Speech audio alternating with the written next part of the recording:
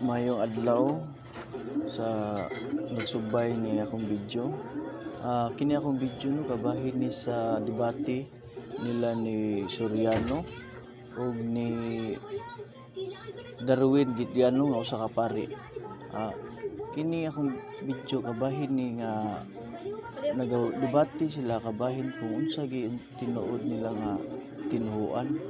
Apan base sa ako ang nakita, puros man sila sayop, magsutudlo man sila og dili insakto kabahin sa Biblia.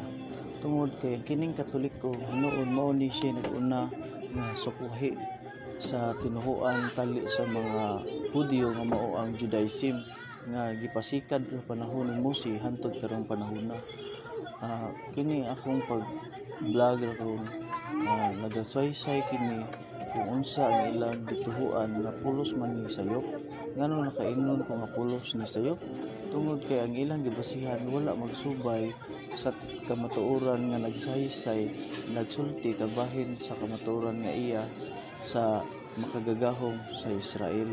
Tungod kay sila nagatudlo man og dili mao.